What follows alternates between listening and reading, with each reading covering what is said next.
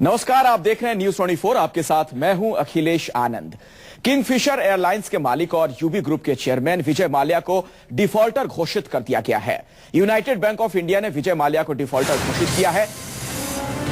कहा यह जा रहा कि आज सुबह 10:30 बजे यूनाइटेड बैंक ऑफ इंडिया के ग्रीवांसेस सेल की बैठक थी, जिसमें किंगफिशर एयरलाइंस के कोई अधिकारी नहीं पहुंचे। इसके बाद यह फैसला लिया गया। जानकारी यह भी मिल रही है कि बैंक इस मामले में आरबीआई को भी सूचना देगा। तो किंगफिशर एयरलाइंस के मालिक हैं विजय माल्या और यूनाइटेड बैंक की तरफ से उन्हें डिफॉल्टर घोषित कर दिया गया है। हमारे साथ मनीष कुमार, हमारे संवाददाता न्यूज रूम से इस वक्त जुड़ रहे हैं। मनीष, पूरी खबर क्या है, जरा तफसील से बताएं। इंडिया उसने कर्ज दिया हुआ था। किंगफिशर एयरलाइंस जो ऑपरेशन में था, आपको याद होगा, करीब 350 करोड़ का ये कर्ज है। पिछले दिनों कोलकाता हाईकोर्ट का आदेश आया, जिसमें विजय माल्या लोअर हाईकोर्ट विजय माल्या चाहते थे कि उनके वकील को जो है यूनाइटेड बैंक ऑफ इंडिया के सामने पेश करने की इजाजत दी जाए। जिसमें विजय माल्या लोअर हाईकोर्ट विजय माल्या चाहते थे कि उनके वकील को जो है यूनाइटेड बैंक ऑफ इंडिया के सामने पेश करने की इजाजत दी जाए। लेकिन बैंक चाहता था कि विजय माल्या चाहे बोर्ड के अधिकारी खुद जो है बैंक के सामने पेश हो। तो इस बात को लेकर वो लोग कोर्ट में गए। कोर्ट ने यूनाइटेड बैंक ऑफ इंडिया के पक्ष में यह फैसला सुनाया कि नहीं, विजय माल्या या अन्यथा उनके कोई भी अधिकारी बैंक के सामने पेश हो। और आज उनको पेश होना था। किसी भी अधिकारी को 350 करोड़ किंगफिशर एयरलाइंस ने कर्ज लिया हुआ है, आज कोई पेश नहीं हुआ। उसके बाद यूनाइटेड बैंक ऑफ इंडिया ने विलफुल डिफॉल्टर, यानी कि पैसा होते हुए भी जो है ये कर्ज नहीं चुका रहे, जानबूझकर ये बात कहते हुए विलफुल डिफॉल्टर जो है वो विजय माल्या को घोषित किया यूनाइटेड बैंक ऑफ इंडिया ने। मनीष, इसका क्या मतलब हुआ? अगर डिफॉल्टर उन्हें घोषित कर दिया गया विजय माल्या को, तो इससे किस तरह की दिक्कतें अब उनके सामने आ सकती हैं? आगे क्या कुछ हो सकता है?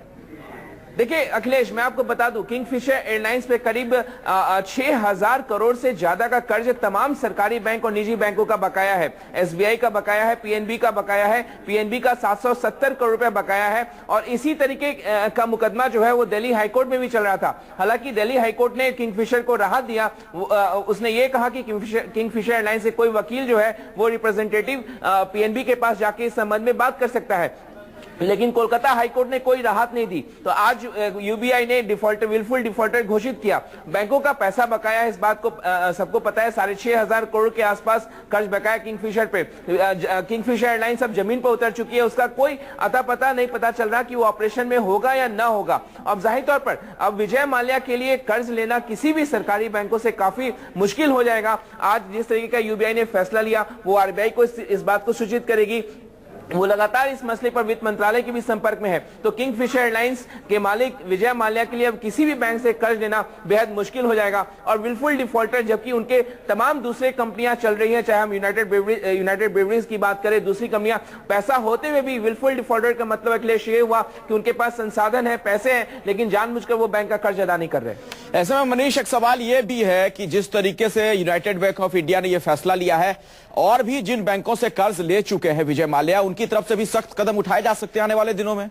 बिल्कुल, देखिए पीएनबी ने पिछले हफ्ते पंजाब नेशनल बैंक ने भी विलफुल डिफॉल्टर उन्हें घोषित करने की प्रक्रिया शुरू कर दी थी। तो विजय माल्या दिल्ली हाईकोर्ट में गए, जहां से उन्हें राहत मिली। लेकिन हम दूसरे बैंकों की बात करें, एसबीआई की बात करें, चाहे दूसरे पब्लिक सेक्टर बैंक या निजी बैंकों की बात करें, तमाम लोग इस बात पर विचार कर रहे हैं कि विजय माल्या को विलफुल डिफॉल्टर घोषित किया जाए। और अगर उनके तरफ से जिस तरीके की बोर्ड में पेशी हो रही है, अगर प्रॉपर रिस्पॉन्स नहीं मिलता, तो हम देखेंगे कि कुछ और बैंक उनको विलफुल डिफॉल्टर घोषित कर सकते हैं।